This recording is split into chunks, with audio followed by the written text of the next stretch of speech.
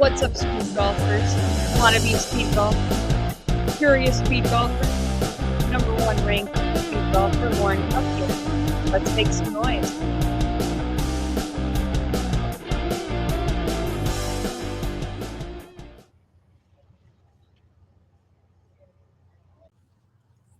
Hi, all. Number one ranked speed golfer, Lauren Cup here. Welcome to Speedgolfher Takes the Mic.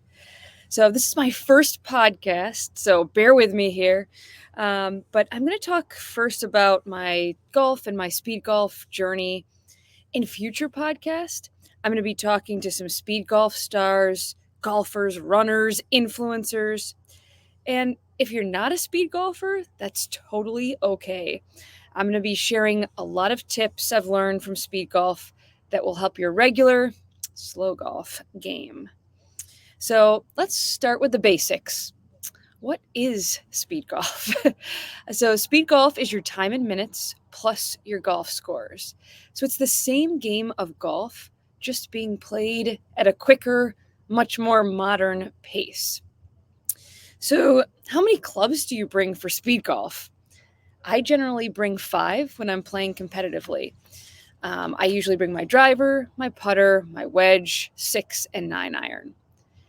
Out of all the professional speed golfers, I probably bring the most clubs out of anybody. I'm a little bit more of the golfer than the runner, I would say. So that's how I make up my scores, playing good golf, trying to shoot around par quickly. And I rush in between shots, and then I try to hit really good golf shots.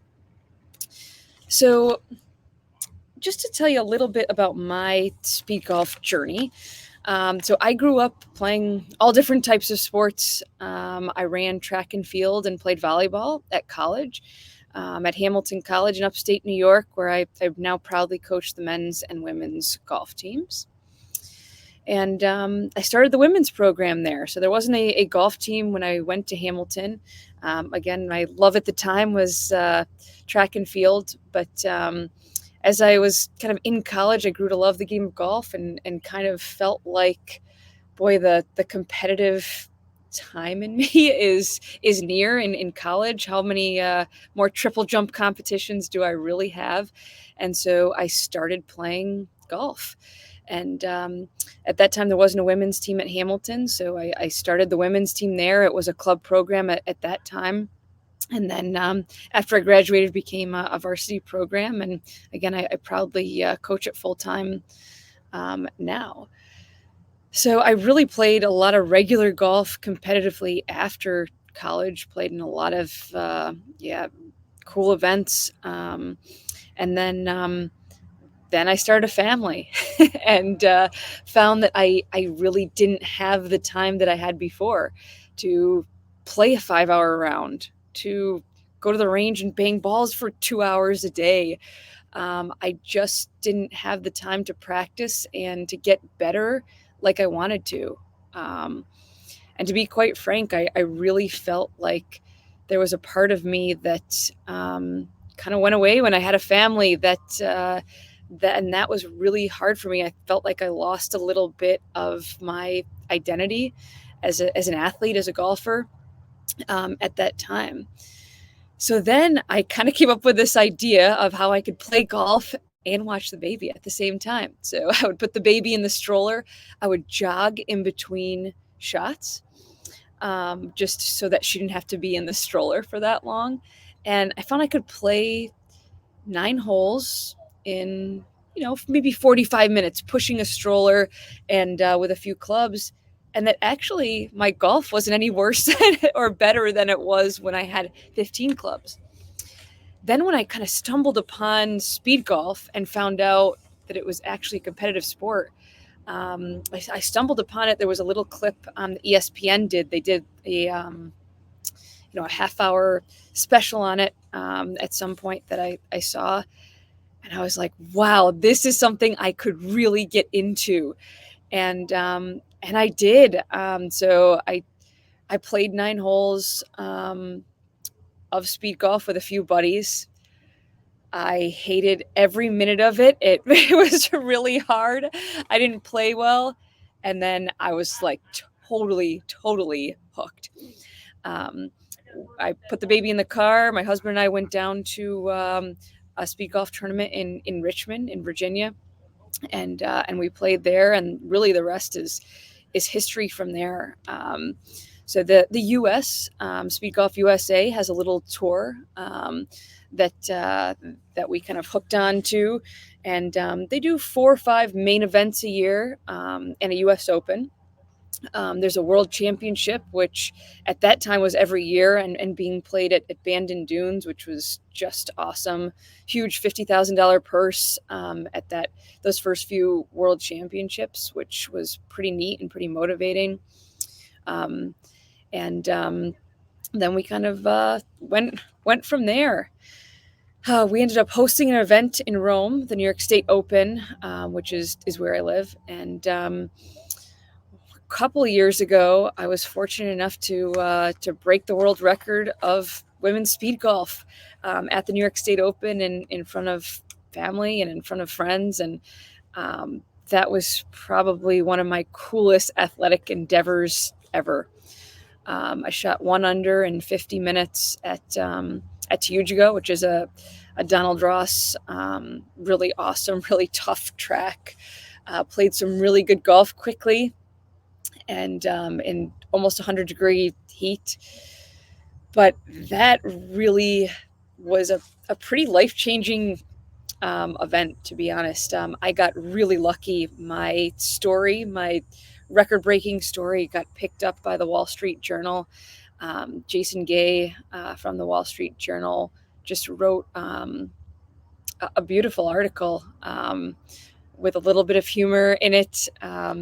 Half-page article in the Wall Street Journal, and that changed my whole speed golf journey. When that article came out, I mean, that morning I refreshed my email. I had 400 new emails from various people that had seen it, that thought it was either cool or really not cool.